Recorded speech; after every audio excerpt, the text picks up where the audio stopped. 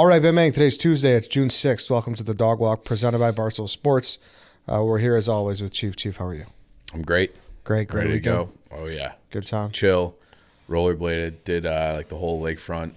This was like a perfect Chicago weekend, except for the sky. You see what was wrong with the sky? No, I didn't. There's like this haze over it. And someone, I don't know if this is true or not, but it sounded true. Because there's no clouds in the forecast. They said it was like the smoke blowing in from these wildfires up in Canada. Oh, really? That's what they said. That's what one person told me, and I have not Googled. You bought it. It sounded right to me. Hook, line, and sinker. Huh? Yep. They didn't look like clouds. Interesting. It's just like it was just a general haze. Maybe it was something else, and maybe it's something regarding to what we're talking about today. You think it was them aliens? I don't know. I mean, listen, we've done countless episodes of aliens here. In Yep. your estimation, is this the most impactful one that we're about to do? I think this is the first time, and we'll get into why there's been more of these lately. But these are like top-ranking intelligence community whistleblowers being like, yeah, this shit's real. Mm-hmm. And so I blogged it Monday morning. Sagar from Breaking Points, he had a tweet about it. So I'm sure they'll cover it on their show either today or tomorrow. We're recording this at 2:00 on Monday. So, but this is the biggest thing since David Fravor came out and was talking about the ones that he was seeing off the USS Nimitz back in 2004, where you have like that, what is like that gimbal kind of radar black and white image where they're tracking like the Tic Tac one.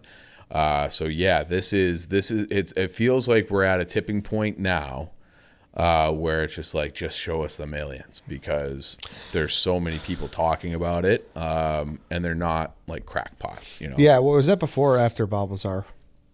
Well, Lazar has been saying this stuff For a since while. the 80s. But the big one was really like after the Rogan appearance. When he did Rogan, Then and he did his Netflix doc. And Yeah. I think Favor was out.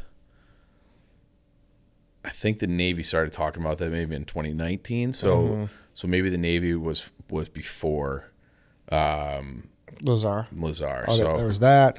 Then obviously, I think the last time we talked about this, that we did a pick six, and there was a bunch of them being shot down. Well, something shot down. We don't know what it was. we still don't know what that was. we don't know what that was. So I just pulled up the Bob Lazar. The Bob Lazar Area 51 and Flying Saucers documentary came out in 2018. So that's earlier than I would have thought. And then I know that the David Fravor first started talking about things on in 2017 was when they started talking about the Nimitz, and that was in like the New York Times. And then we never got into that Logan Paul thing. You saw that, I'm sure. I don't know if I did. There was like one guy who has like the most damning evidence of a UFO sighting, and he lives in like a trailer in Nevada. And Logan Paul went to the guy's house. So I obviously know who Logan Paul is. Yeah. But I've never really. I'll see like clips of things every once in a while on TikTok, but I've never really consumed any of his content, so I don't think I ever saw that. Yeah. So he apparently went to this guy's house and wore a body camera. He offered him $100K for the footage. The guy said no, and he wore a body cam and got the footage like from the guy. Like, is that illegal? Probably. Yeah. He hasn't released it or anything. Okay. But What was his? What could be more damning evidence than that? The guy kind of somewhat explains it, or he explains it, but Logan said like he didn't seem to think it's as damning as people Speculate. because it's from like 92. Well, that's about when Lazar was filming as well. It was early 90s. Yeah. But he still said, like the guy who was telling the story about how Logan did this, he was like very in on it and talked about how he thinks it's the best footage ever recorded. Okay. And then Logan didn't seem to think so. Okay. Interesting. He said it's good, but he said it's not like 100% definitive. Okay. You know? Well, it's hard. I feel like the stuff that's 100% definitive has probably been snatched up by the fucking government. Yeah. And we'll get into why that has been. Mm-hmm. We'll get into all of it. Before we do, though, I want to talk about Sail GP. If you guys don't know what Sail GP is, it's like F1 or NASCAR, but instead of cars, it's flying sailboats. Yeah, and these things these things haul ass across the lake. So I went last year. It's a great way to spend a summer day in Chicago. It's a beautiful setting right down there by Navy Pier. Sun's out. These guys who sail these boats are fucking athletes. Yeah. We had the guy in, I think you were out for the dozen. The guy that Cooper, he'll be on the mid show this week, absolutely yoked. And like, this is just like their sport. Like, you get into it, these, like, it's kind of niche, but and you think of sailing as this like leisure activity. Like, these guys are flying across the water. I mean, they're ripping 60 miles an hour. Yeah. So yeah. it's no joke. That's exciting. So yeah, season 4 is comprised of 12 global events, with the season kickoff event in Chicago at Navy Pier, Friday, June 16th and Saturday, June 17th. So if you're looking for something to do that weekend, do something a little outside the box or something you've never seen before. Yep. Awesome event going on down there at Navy Pier. 2 action-packed days as 9 world-class teams battle in intense rivalries and incredible action. Make sure these plans make it out of the group chat. Come for a night. Come for a party at Navy Pier and stay for the racing action to watch all the thrill, drama, and speed of F1 on water. It's during the day, not nights. Excuse me. Yeah, got to be a daytime sport. Yes. And that's Father's Day weekend too. So grab your dad. Go down, get tickets. I can't. I mean, I've talked about it many times across different shows here for years before they were even, or for a year rather, before they were even on as an advertiser. It's a great day. It's a really cool event. And like I said, like, the bolts are flying and they have to like find, you'll see, like, you can see the course obviously. And then every once in a while, one of these boats will just like go way off course. You're like, what is this guy doing? But he's just trying to find like little pockets of wind, because they can see like the way the waves are in the water, being like, that's a fast spot. So if I careen out this way and go across the water and get like nick a few seconds off, it's really interesting. Fun sport to watch, even if you don't know, like, I don't really what's know going anything about on sailing, yeah, but it's just it's captivating. Yeah, so get tickets to see Sail GP at Navy Pier on June 16th and 17th by visiting sailgp.com/Chicago. Go check it out. Yep. All right, let's do it, Chief. All right, so this is was basically from an article in a publication called thedebrief.org, and it's all about, science, tech. And then they released this article, and it was centered around 2 guys. One of them, the main guy, is David Charles Grusch. And this is the thing to me that has changed in the discussion of UFOs in the last, we'll call it 5 years, going back to David Fravor, the Navy pilot from the USS Nimitz.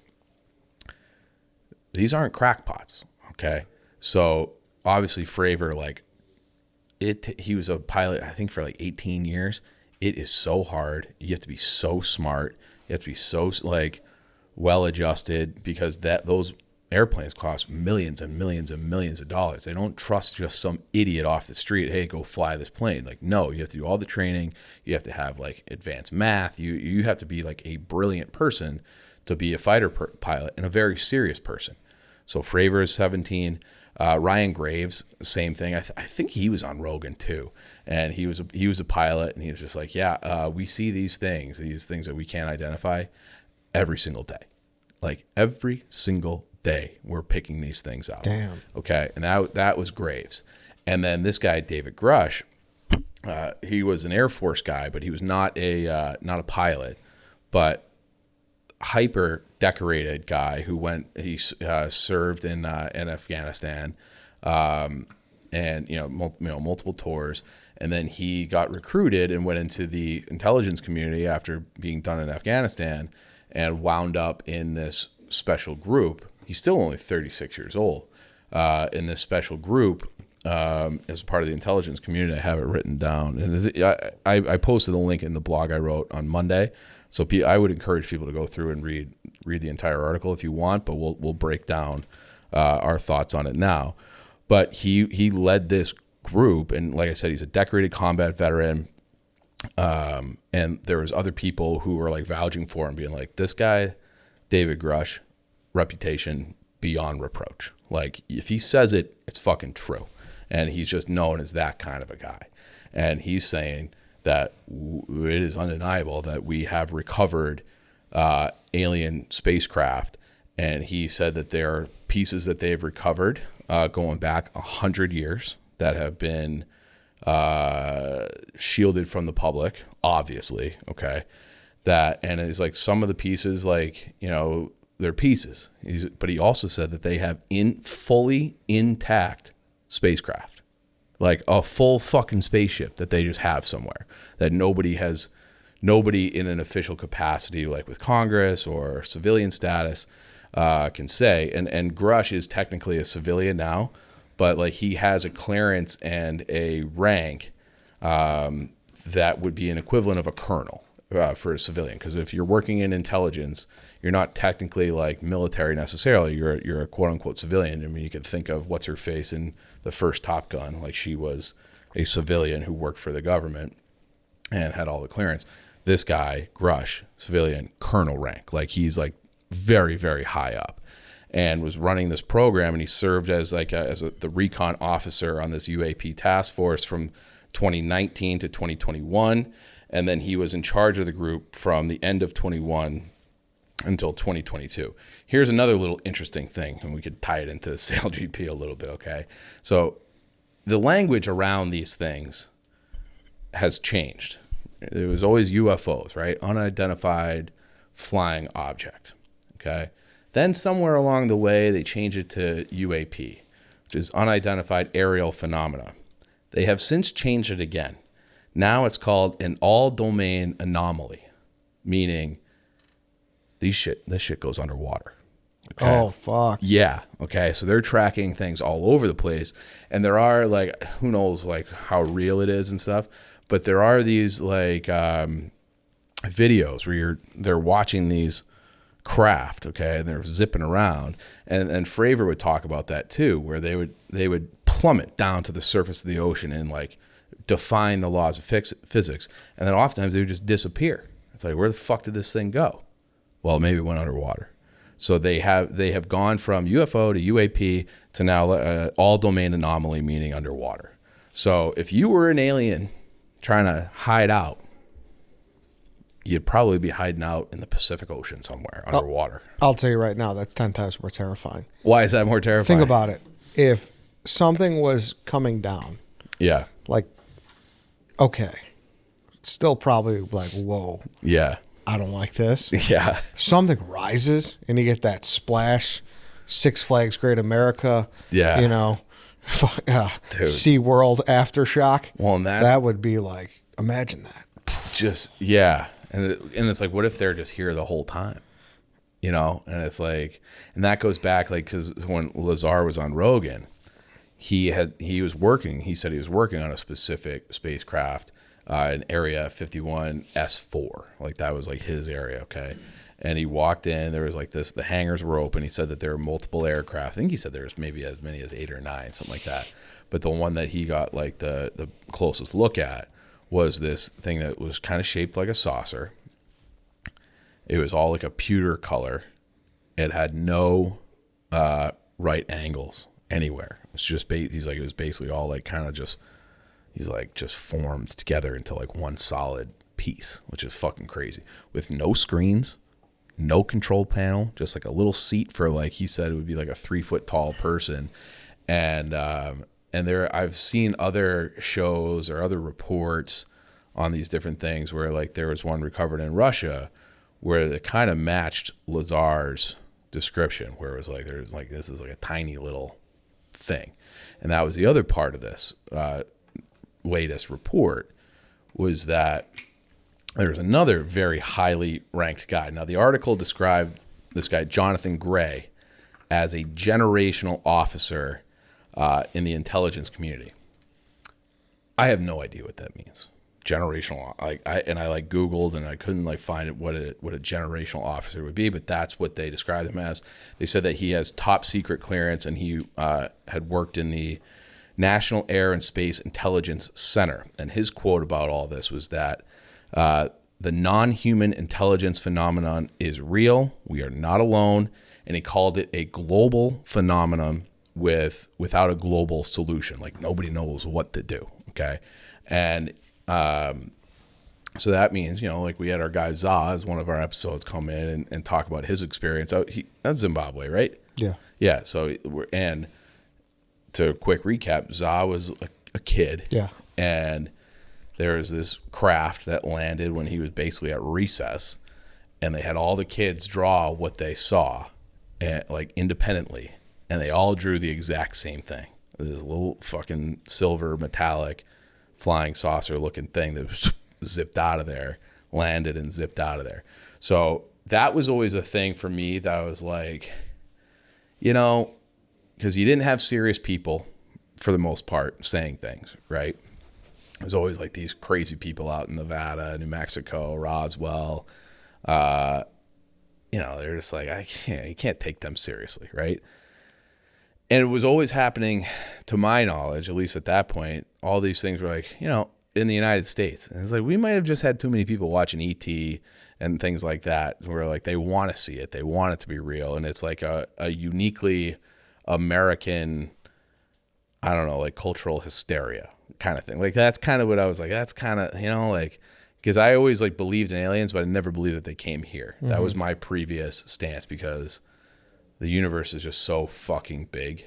You know, if you think about it, it's like the nearest star to us or nearest planet would take, it's like something like 20,000 light years away. It's like, how the fuck could they even get to us? Like they can't, you know, it's like, so they're probably mathematically, statistically likely that there's intelligent life out there somewhere.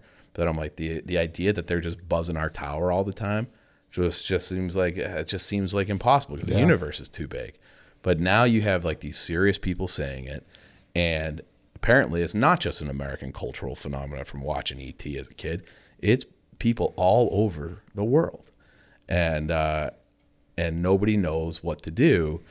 And now the reason that there's been this influx of people coming forward is because they actually changed the law, because, you know, there's the whistleblower laws now, and there was specifically like very intense reprisals for going public with this stuff, which is a big part of Bob Lazar's story too, where it was like, hey, like I think he said he went to MIT and he worked for JPL, and he was recruited to work at Area 51 S4, and then when he was caught talking about it, they like basically erased his identity. Like he was like, he had no documents saying he went to MIT. He had no like college education. Like this is a guy who could like, he's like a brilliant kind of engineer, allegedly, supposedly, and he has like basically didn't exist on paper anywhere.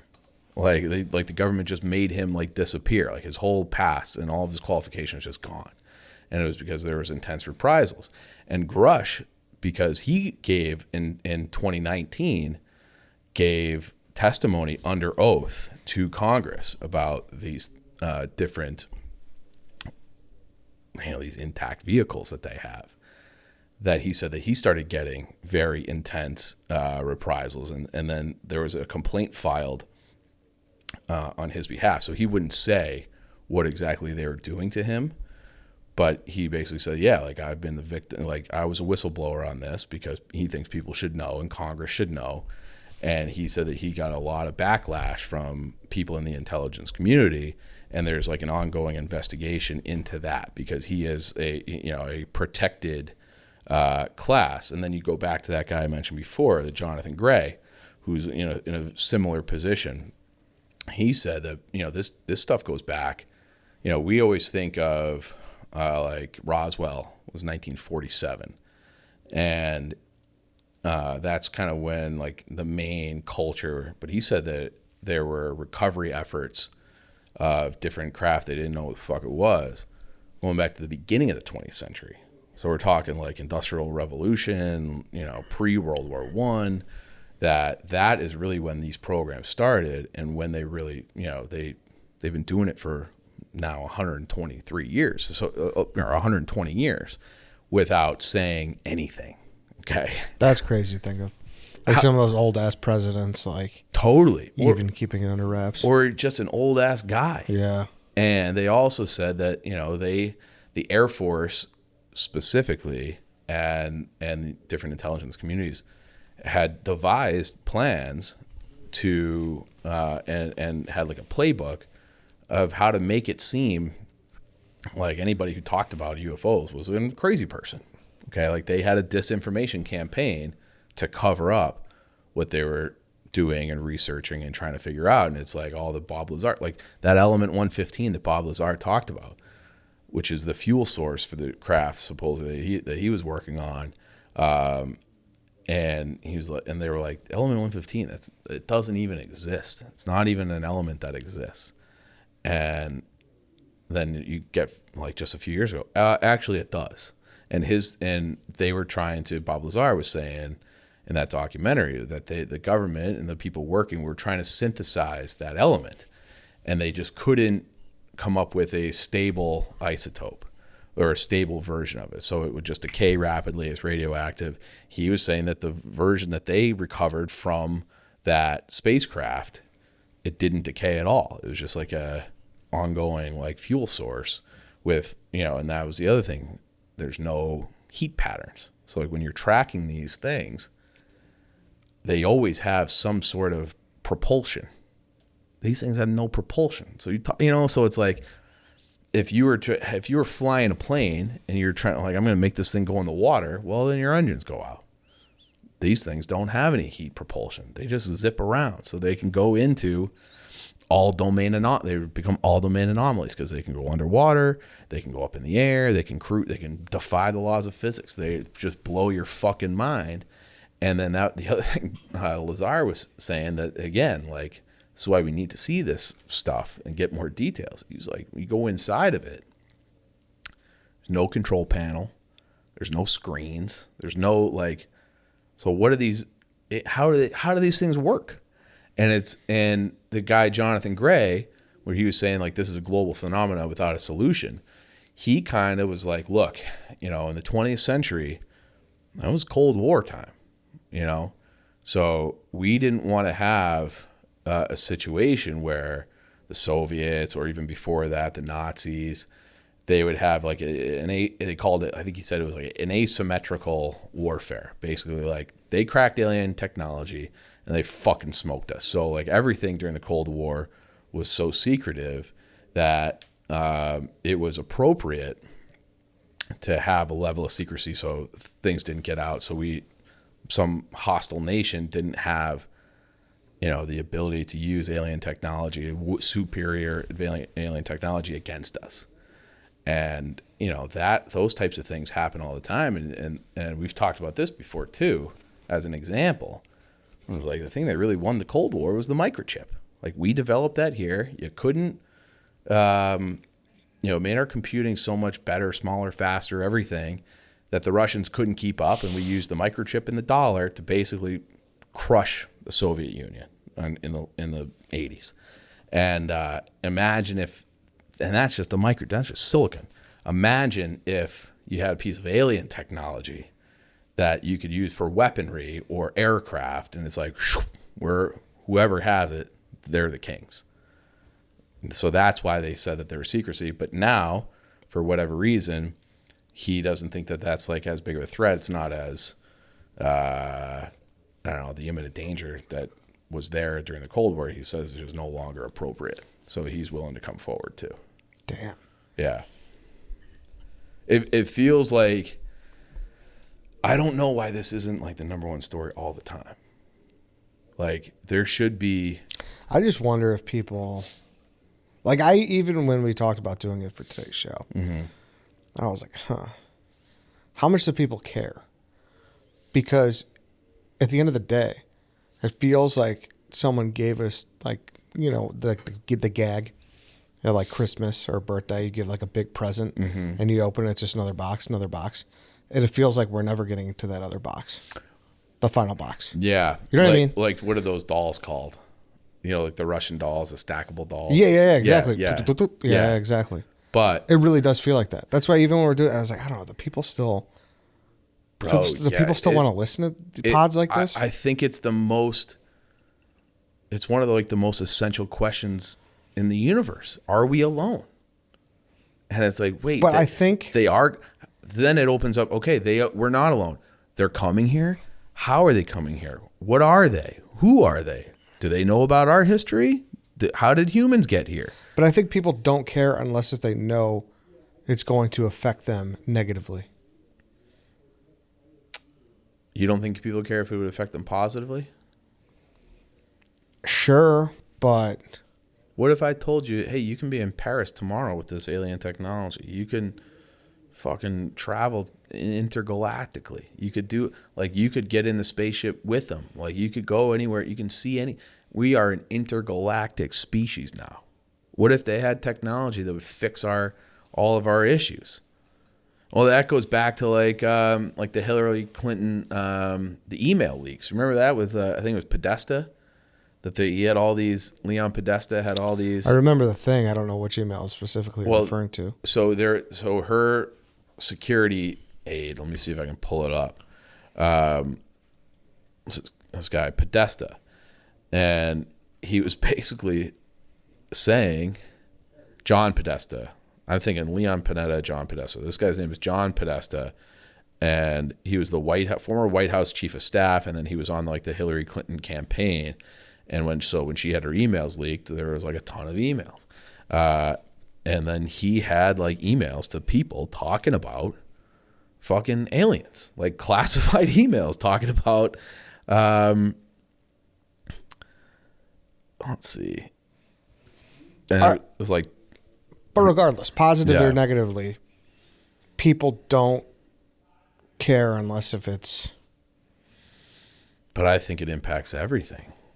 It doesn't change the way you like view your own existence. No, I mean, I think people are more widely accepting that there is something out there. They don't know how. I think so too. Yeah, I really think. I mean, it is. I don't know what the fuck it is. I don't know what they look like, obviously. Yeah. But it is crazy to think that we're the only people on.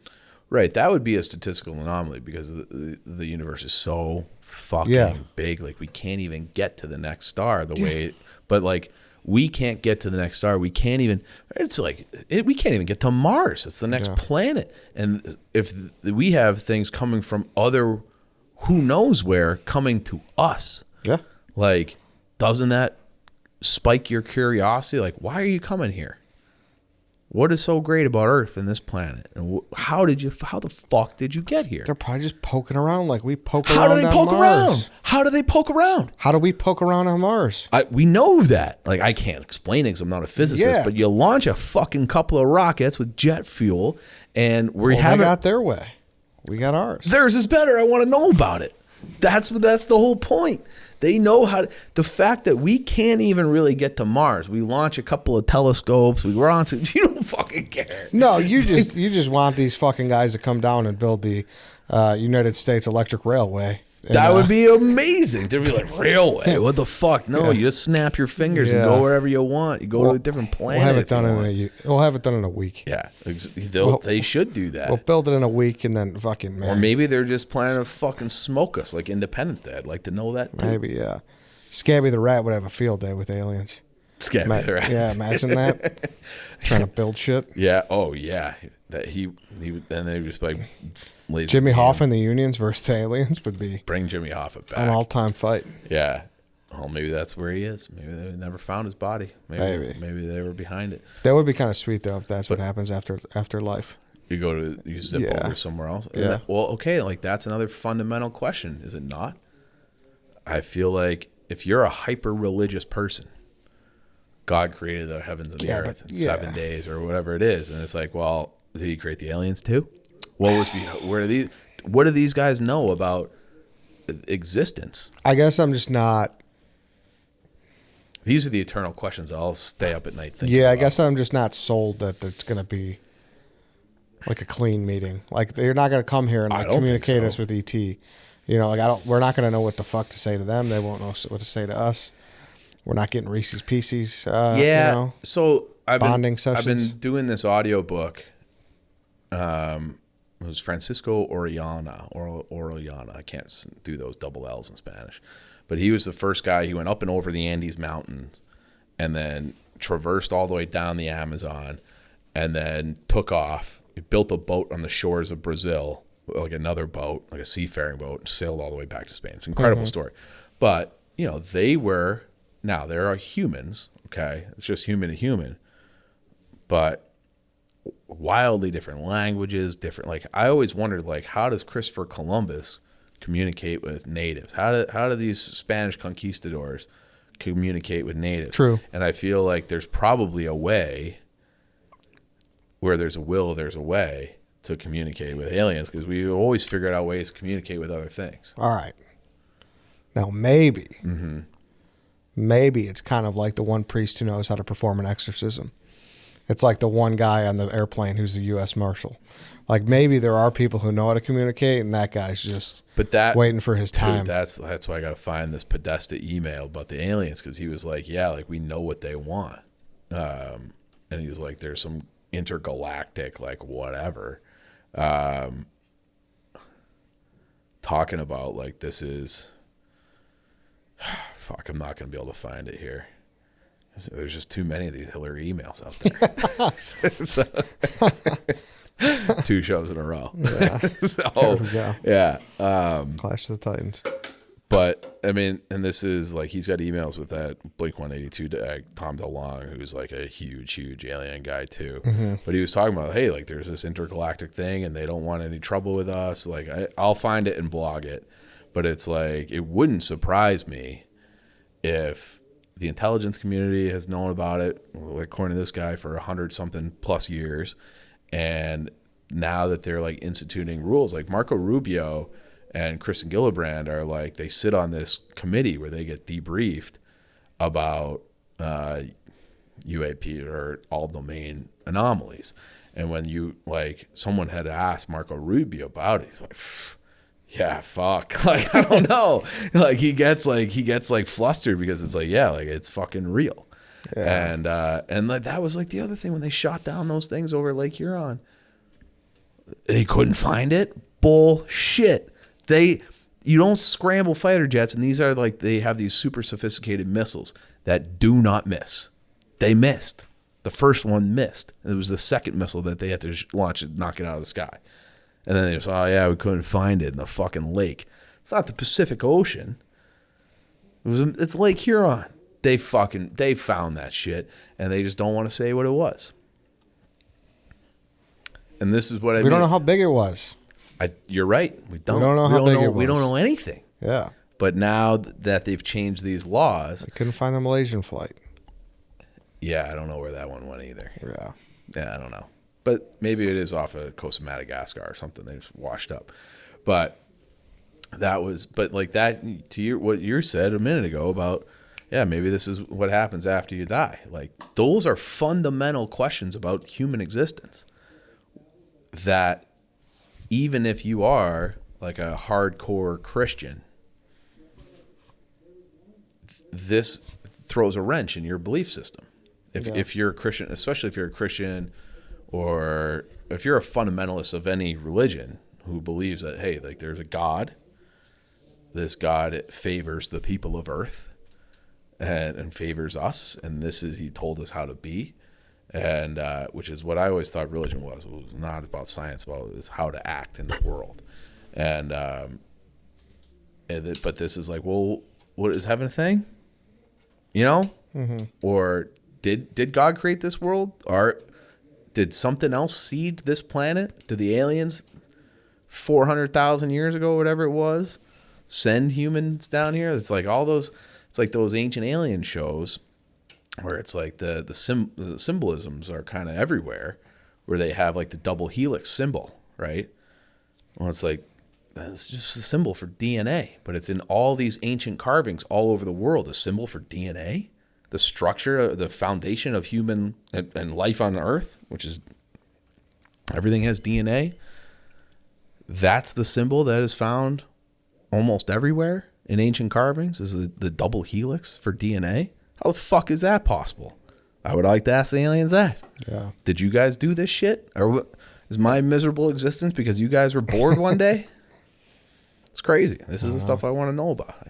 And I think everybody should want to know about it. Do you think you'll ever know about it? I do. I starting to think, yeah. I'm starting to think, yeah. I mean, fucking Biden might just let it slip out one day. Okay? So it could absolutely happen. I did think that Trump was just going to let it slip at one point. 100%. Yeah, Be like, yeah, someone just asked me to be in Yeah. a mood, be like, fuck yeah, they're They real. exist. Okay. Yeah, They They're exist. tremendous. Yeah. Tremendous aliens. Yeah. Incredible technology. They got no problem with us. Said, wow, what an alien. Yeah. All right then. Yeah, I was talking aliens once again. dude, but different. All right, everybody. Shout out Grusch. Yeah. Thanks for listening. We'll see you tomorrow.